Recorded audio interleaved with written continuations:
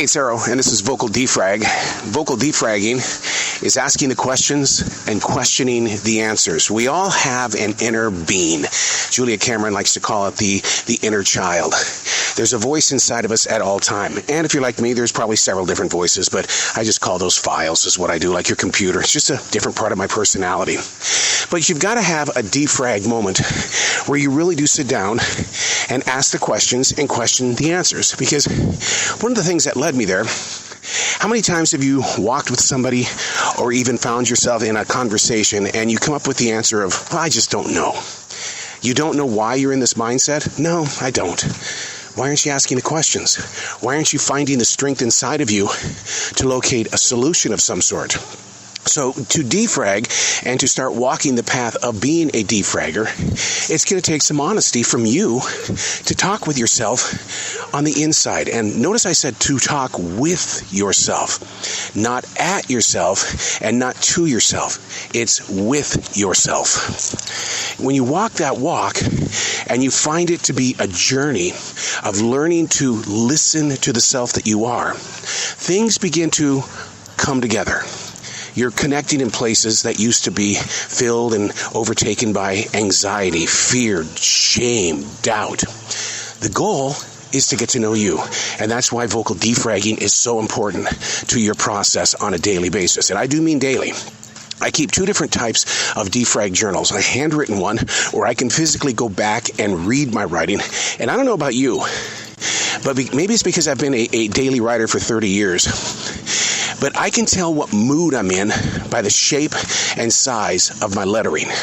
And I can go in there and I can study what was triggering, what was putting myself in a mindset of how I could have grown out of that situation a little bit smoother than what I did. And that's why defragging or journaling is so important. This is Vocal Defrag.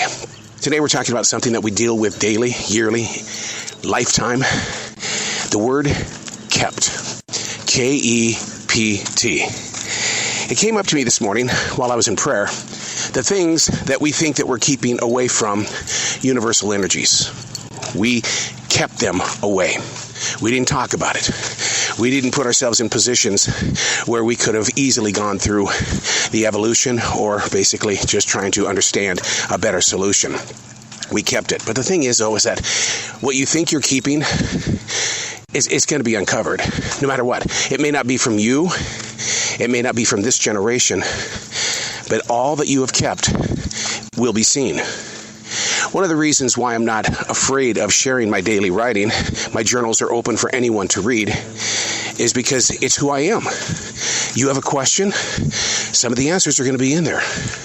But the word kept, what are you keeping from others around you that really actually could lead to a peaceful heart? We all make mistakes. I always say that we can learn from them, turn them into a tool. That doesn't mean that you have to hit the streets of the everyday world and start bragging about every mistake that you have done. But you can keep a journal of some sort, or even a vocal defrag. You go back in and you listen to the vocal tones, the pitch, the volume, to try to figure out what your emotions were in that moment of now when you vocal defrag. And then when you write things out in a journal, and a lot of people fear that because they don't want people to read what they're thinking, what they're experiencing. It's a protection device, I get it. But eventually you start to see a different side of your personality. And other people see it too when you start to break things down. And they're going to want to know, well, what are you doing differently? What's the big change here? I'm seeing a change. And in that moment, we honestly go through a mode of we feel like we're being judged.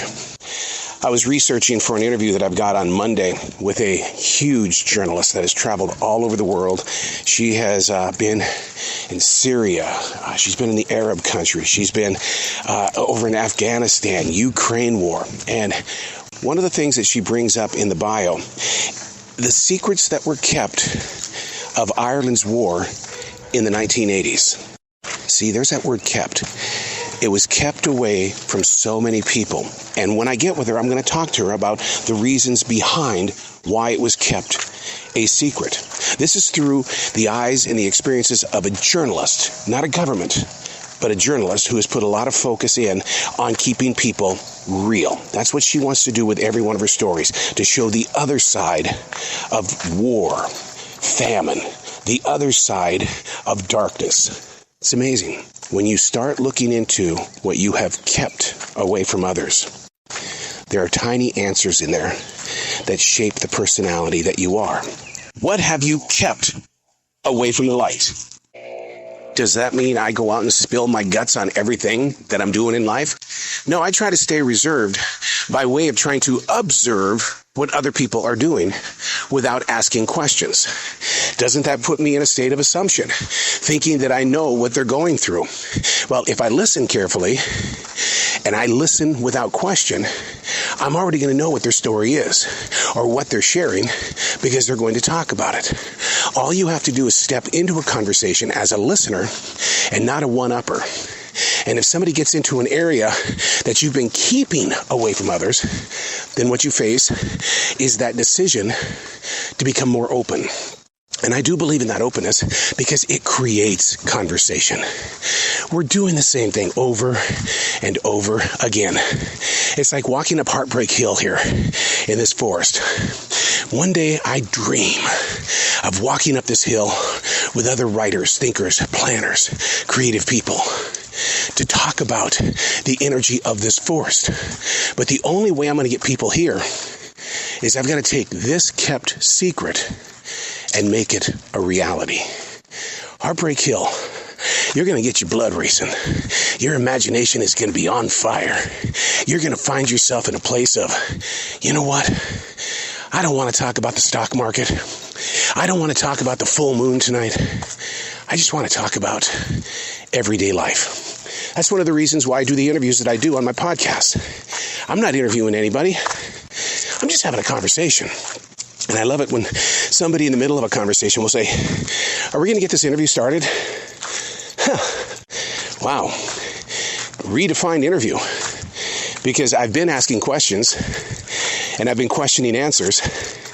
We've been in this interview, except I just happen to call it a conversation. So I want you to put focus on the word kept. What are you keeping away from the light and others? Because, like I said, there's so many answers in everything that you've hidden away. And when you do that, you're a little bit different today than what you were yesterday. But was it positive? And is it leaning more on being negative? Shamed. I read an article. It was based on procrastination. And they say it's not connected to laziness, because laziness says you ain't doing anything. Whereas procrastination, you feel guilty that you haven't done anything. So there's a big difference. So they're trying to connect procrastination basically with depression, low anxiety. You see what I mean? So what are you keeping from the conversations that is actually making you a procrastinator? Just something to think about. Ask the questions. Question the answers. We just had a bunch of questions here just in this conversation alone. So hopefully that'll ignite you to say, okay, I'll do it. I'm Arrow, and that's Vocal D Frag.